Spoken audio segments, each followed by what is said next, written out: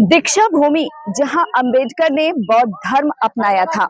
जी हाँ, इस वक्त आप तस्वीरों में देख सकते हैं नागपुर स्थित यह प्रतिष्ठित स्मारक उस स्थान के रूप में जाना जाता है जहां भारतीय संविधान के प्रमुख निर्माता डॉक्टर भीमराव अंबेडकर ने बौद्ध धर्म अपनाया था।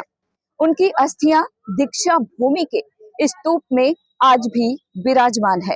दीक्षा भूमि नागपुर के सबसे प्रतिष्ठित स्थलों में से एक है और बौद्ध धर्म का एक महत्वपूर्ण स्थल है।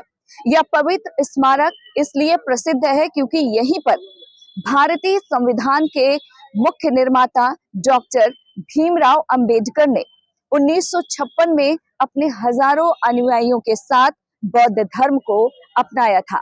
अंबेडकर की अस्थियां दीक्षा भूमि के स्तूप में आज भी विराजमान है, जहां हर साल हजारों श्रद्धालु श्रद्धांजलि अर्पित करने आते हैं। भारी संख्या में उनके चाहने वाले लोग यहाँ पहुंचते हैं। अब चलिए जानते हैं इसके इतिहास के बारे में। दरअसल अंबेडकर ने 1935 में घोषणा की कि हिंदू के रूप में जन्म लेने के बावजूद वो हिंदू के रूप में नहीं मरेंगे, क्योंकि हिंदू धर्म में व्याप्त जाति व्यवस्था को समाप्त करने का एकमात्र तरीका धर्मांतरण ही था। इस घोषणा के बाद उन्होंने अपने और अपने अनुयायियों के साथ बौद्ध धर्म अपनाने का निर्णय लेने से पहले सभी प्रमुख धर्मों के सिद्धांतों पर गहन शोध किया और उसके बाद ये तय किया कि वो बौद्ध धर्म को अपनाएंगे। 14 अक्टूबर 1956 को डॉक्टर अंबेडकर और उनकी पत्नी ने कुशीनगर में बर्मी भिक्षु महास्थविर चंद्रमणि से त्रिरत्न और पंचशील की शपथ ली। इसके बाद अंबेडकर ने अपने हजारों अनुयायियों के साथ त्रिरत्न, पंचशील और 22 प्रतिज्ञाओं की शपथ दिलाई। आपको ये भी बता दें कि दीक्षा समारोह के 1.5 महीने बाद 6 दिसंबर 1956 को अंबेडकर का निधन हो गया। उनके मृत्यु के बाद उनकी स्मृति में एक स्तूप का निर्माण किया गया।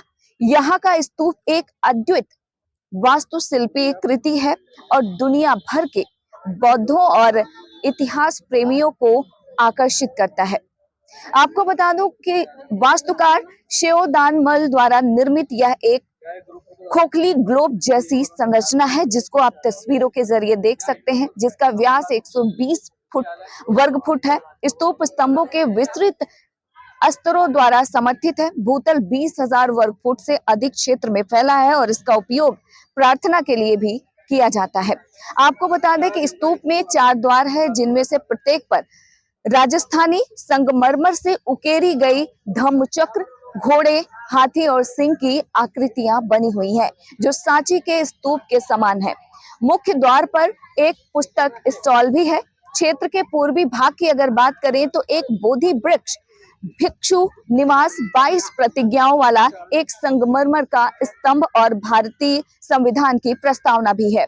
इस भूमि पर डॉक्टर अंबेडकर खेल अकादमी, डॉक्टर अंबेडकर विधि महाविद्यालय, डॉक्टर अंबेडकर प्रबंधन अध्ययन एवं अनुसंधान संस्थान और इसके साथ ही सार्वजनिक सुविधाएं भी मौजूद हैं। आपको बता दें कि डॉक्टर अंबेडकर महाविद्यालय दीक्षा भूमि के उत्तर में स्थित है और समिति द्वारा संचालित है। इसके अलावा यह एक बहुसंकाय शैक्षणिक संस्थान है जो कला, वाणिज्य और विज्ञान की शिक्षा प्रदान करता है। आपको ये बता दें कि संगमरमर के एक चौक पर एक कांच की संरचना में एक चांदी का बर्तन है, जिसमें डॉक्टर अंबेडकर की अस्थियां सजो कर रखी गई हैं। यह बर्तन मूल रूप से मुंबई स्थित पीपुल्स एजुकेशन सोसाइटी के पास रखा गया था। इसके अलावा आपको ये भी बता दें कि वहां भगवान बुद्ध की 2 मूर्तियां भी हैं। पूर्वी क्षेत्र की अगर बात करें तो एक विशाल बोधि वृक्ष है, जिसकी सबसे चौड़ी शाखाएं लोहे की सलाखों पर टिकी हैं। यह एक रोचक कथा कहता है। अनुराधापुरा यानी कि श्रीलंका में स्थित बोधि वृक्ष की अगर बात करें तो 3 शाखाएं दीक्षा भूमि ले जाई गई। ये पौधे उसी बोधि वृक्ष से प्राप्त किए गए थे, जिसे महान सम्राट अशोक की पत्नी संघमित्रा ने अपने भिक्षुत्व काल में लगाया था।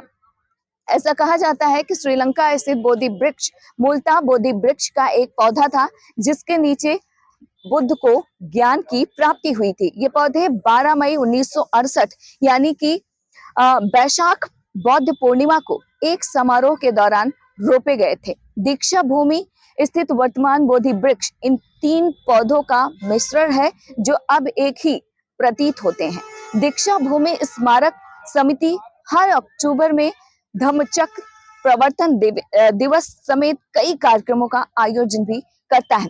आपको ये भी बता दें कि देश विदेश से श्रद्धालु भारी संख्या में श्रद्धांजलि अर्पित करने के लिए यहाँ पर पहुंचते हैं और इस आयोजन की जिम्मेदारी मुख्य रूप से समिति को ही होती है, लेकिन स्थानीय नगरीय प्रशासन भी इसमें बढ़ चढ़ कर हिस्सा लेता है, अपना सहयोग प्रदान करता है। स्थानीय और राष्ट्रीय प्रशासकों द्वारा लगाए गए पुस्तक स्टॉल इस आयोजन की एक प्रमुख विशेषता के तौर पर भी जाना जाता है। तस्वीरों के जरिए आप देख सकते हैं कि हमारे पीछे ये वही स्तूप है जिसके बारे में हम आपको बता रहे हैं, और इसके अलावा अगर पूर्वी भाग की बात करें तो तस्वीरों में आप देख सकते हैं ये है वो ऐतिहासिक बोधि वृक्ष जहां तीनों का ही मिश्रण बताया जाता है। दीक्षा भूमि से इंडिया पोस्ट न्यूज के लिए ममता चतुर्वेदी।